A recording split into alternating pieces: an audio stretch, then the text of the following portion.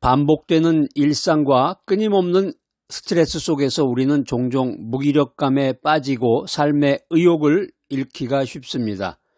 스위스의 정신과 의사 칼 융은 이렇게 말했습니다. 창조적인 삶의 원천은 놀이하는 정신에 있다. 우리가 지쳐가는 일상 속에서 에너지를 찾고 활력을 되찾기 위해서는 잠시 멈춰서 어린아이처럼 순수한 마음으로 삶의 작은 즐거움을 발견하고 몰입하는 것이 중요합니다. 요즘에 소확행이라는 말이 있죠. 소확행. 집 주변에 보면은 요즘에 한국에도 아주 그 놀이 문화가 잘 돼 있어가지고 공원들이 많이 생겼습니다. 공원에 가면은 애들이 뭐 그네놀이라고 그러나요? 그네 같은 것도 타고 애들은 왜 이렇게 즐거운지 모르겠어요. 항상 웃으면서 어린아이들. 그 어린아이를 가만히 보면 그 어린아이의 그 순수한 마음을 우리가 발견하게 되고 별것도 아닌데 이렇게 웃잖아요. 그 어린아이들이 작은 즐거움을 발견하고 몰입하는 그런 과정을 통해서 우리가 교훈을 받습니다. 꺼져가는 불꽃에 산소를 불어넣듯이 새로운 자극과 긍정적인 경험은 우리의 삶에 활력을 불어넣어 줄 것입니다. 이사야서 40장 31절 말씀입니다. 이 말씀 아주 중요한 암송 구절이죠. 여러분 한번 외워보시기 바랍니다. 시작. 오직 여호와를 앙망하는 자는 새 힘을 얻으리니 독수리가 날개치며 올라감 같을 것이요 다른 박질하여도 곤비치 아니하겠고 걸어가도 피곤치 아니하리로다. 여호와를 앙망하는 자는 이 말도 뭐 우리가 평소에는 많이 쓰는 말은 아닌데 앙망하는 자, 기다리는 자라는 뜻입니다. 원어로는 이제 코베인데요. 코베. wait, 기다린다는 거죠. 기다린다. 그러니까 하나님께 소망을 두고 인내하며 기다리는 사람들을 의미하고 있습니다. 새 힘을 얻으리니 이제 얻는다는 말이 이제 바꾸다, 새롭게 하다 이런 뜻이 있습니다. 얻는다, 뭐 이렇게 무엇인가 이렇게 받는다 이런 의미도 있지만 이거를 이제 성경적인 그 원어로 해석하게 되면은 renew입니다. renew, 새롭게 하다, 바꾸다. 하나님을 앙망하는 자들이 경험하는 능력의 회복과 변화를 나타내주고 있습니다. 여기 이제 독수리가 등장하네요. 독수리. 성경에 보면 이제 동물이나 식물에 대한 비유들이 많아요. 우리가 이제 보통 일상 대화할 때도 어떤 분 보면은 이제 그 동물 이야기, 식물 이야기를 자연스럽게 이렇게 하는 분이 있는데 굉장히 감성이 풍부하시고 지적 능력도 뛰어난 그런 분들인데 여기 지금 독수리가 나왔습니다. 독수리가 이제 이글이죠. 이글. 힘차게 날아오르는 이 독수리의 모습은 하나님을 앙망하는 사람들이 얻는 새로운 힘과 새로운 활력을 비유하고 있습니다. 이사야는 남유다 왕국이 바벨론에 의해서 멸망하고 포로로 끌려간 백성들에게 하나님의 위로와 회복의 메시지를 전했던 선지자입니다. 절망적인 상황 속에서 이사야는 하나님을 앙망하는 자들에게 새로운 힘과 소망이 주어질 것을 약속하고 있습니다. 이는 고난 속에서도 하나님께 소망을 두는 믿음의 중요성을 강조합니다. 이사야 선지자가 활동했던 이 바벨론이라는 게 당시에 세계 최애 강대국이었어요. 그러니까 지금의 이제 미국같이 세계를 다스리는 그때 당시에 세계는 그때는 미국도 없었죠. 미국은 알지도 못했던 나라인데 이사야 선지자가 활동했던 바벨론은 당시 세계의 최강대국이었다. 그래서 이스라엘 백성들에게는 절망과 고통의 땅이었지만 하나님은 그곳에서도 하나님을 앙망하는 사람들에게 새로운 힘을 주실 것을 약속하고 계십니다.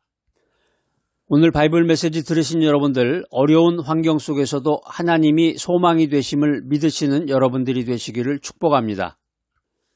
우리가 하루하루 살다 보면 힘도 빠지고 힘 빠지면은 당이 떨어졌다고 그러나요? 보통 당이 떨어졌다 그래가지고 단 거를 먹어야 된다고 그러기도 하고 비타민 C를 먹기도 하고 홍상즙 같은 거를 이제 빨아서 먹기도 하고 힘이 주르르 살다 보면 이제 나도 모르게 그런 날이 있죠. 그런 때가 있고 성경을 보면은 절망을 넘어선 사람들의 이야기들이 많이 등장합니다.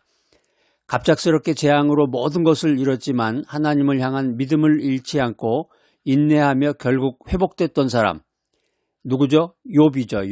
욥의 이야기는 극한의 고난 속에서도 소망을 잃지 않는 믿음의 힘을 우리들에게 보여주고 있습니다. 오랫동안 자녀가 없어서 깊은 슬픔에 잠겼지만 간절한 기도와 믿음으로 아들을 얻었던 사람 누군가요? 예, 한나죠. 한나는 이제 사무엘을 얻고 하나님께 찬양합니다. 이 한나의 스토리는 절망적인 상황 속에서도 기도와 믿음을 통해서 새로운 소망을 얻을 수 있음을 우리들에게 보여주고 있습니다. 꺼지지 않는 열정의 불꽃을 가지고 살아간 사람들의 이야기가 있습니다. 생전에는 인정받지 못하고 가난과 고독 속에서 힘든 삶을 살았지만 그림에 대한 열정을 놓지 않고 끊임없이 작품 활동에 매진한 사람이 있습니다. 여러분 누군가요? 아시는 분 계세요? 빈센트 반 고흐입니다. 빈센트 반 고흐. 옛날엔 고호라고 그랬다가 요즘엔 이제 고흐라고 이제 발음을 하는데, 이 고흐의 이야기는 현실의 어려움 속에서도 자신의 열정을 따르는 삶의 가치를 우리들에게 보여주고 있습니다. 인생 산다는 게 쉽지 않아요. 사람들 만나면 전부 자기 자랑만 하고, 또 SNS 같은 거 보면은 굉장히 화려한 인생을 사는 사람도 있는 것 같고, 그런 거 보다 보면은 왠지 모르게 내 자신이 비참해지는 것 같기도 하고, 당이 떨어졌는지 그냥 힘이 축 빠지는 경우도 있고, 우리의 삶은 때때로 무거운 짐에 짓눌리듯이 힘겹게 느껴질 수가 있습니다. 그렇죠?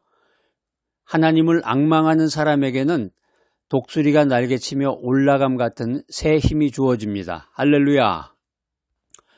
오늘 바이블 메시지 들으신 여러분들, 지친 영혼을 일으켜 세우시고 곤비한 몸에 활력을 불어넣어 주시는 하나님의 능력을 신뢰하는 여러분 모두가 되시기를 축복합니다.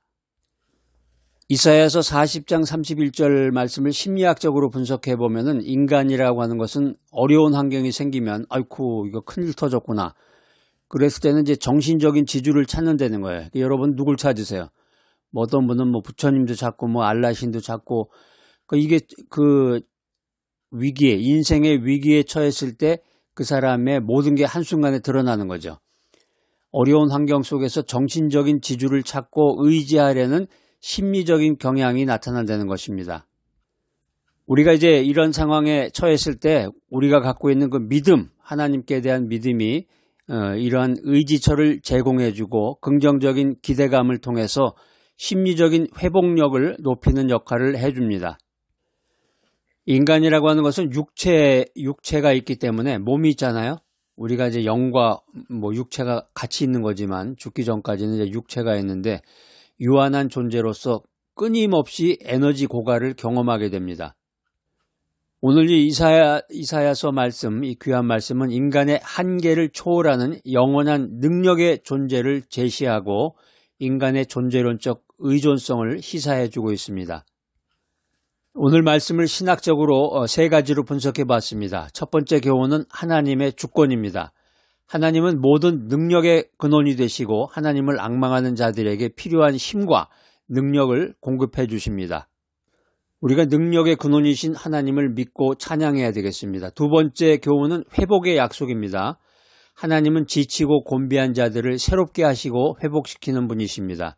하나님의 약속은 신실하고 우리에게 소망을 준다. 이 사실을 믿으시는 여러분들이 되시기를 축복합니다.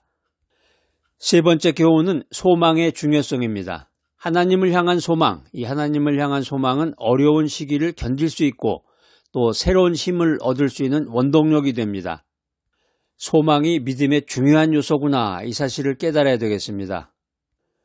우리가 믿음의 삶을 살기 위한 세 가지 삶의 원칙입니다. 첫 번째 원칙은 하나님을 앙망하라. 조급함과 불안함, 이런 것 대신에 기도와 묵상을 통해서 하나님을 신뢰하라. 그리고 응답을 기다리라. 두 번째 삶의 원칙은 영적인 재충전입니다. 예배, 말씀 묵상, 그리고 기도를 통해서 영적인 에너지를 꾸준히 공급받아야 됩니다. 그러니까 형식적으로 일주일에 한 번씩 주일날 예배 참석한다. 그것만으로는 부족하겠죠. 영적인 에너지가 계속 충전이 매일 매 시간마다 충전이 돼야 되는데 말씀을 읽고 묵상하고 또 기도하고 또 말씀대로 실천해서 삶을 살아가고 그것을 통해서 또 결실을 맺고 하나님께 영광을 돌리고 이런 삶을 살아야 되는데 일주일에 한 번씩 달랑 교회 한 번 간다.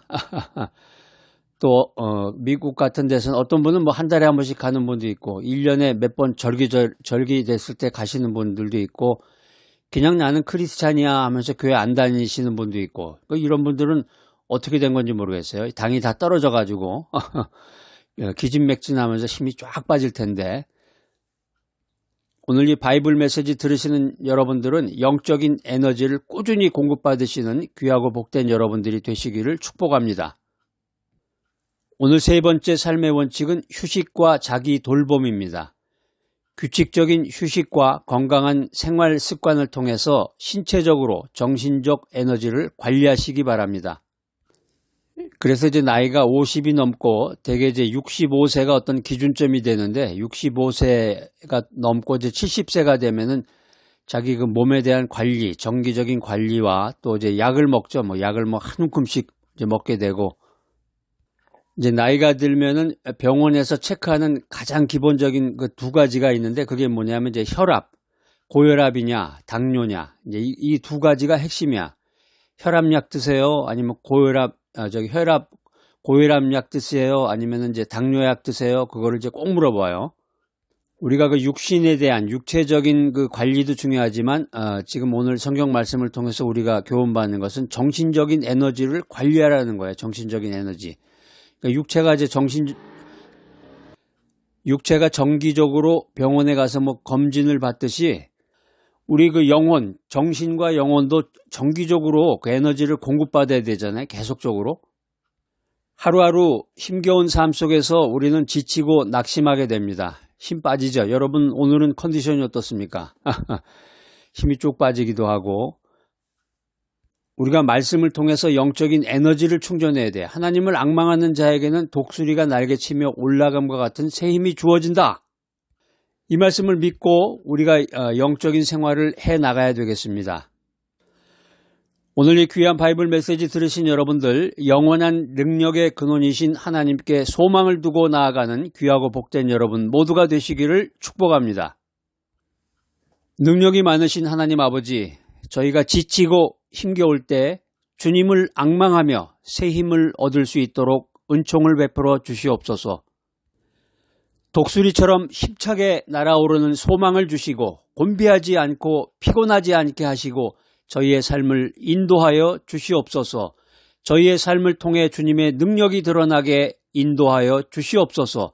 예수 그리스도의 이름으로 기도드립니다. 아멘.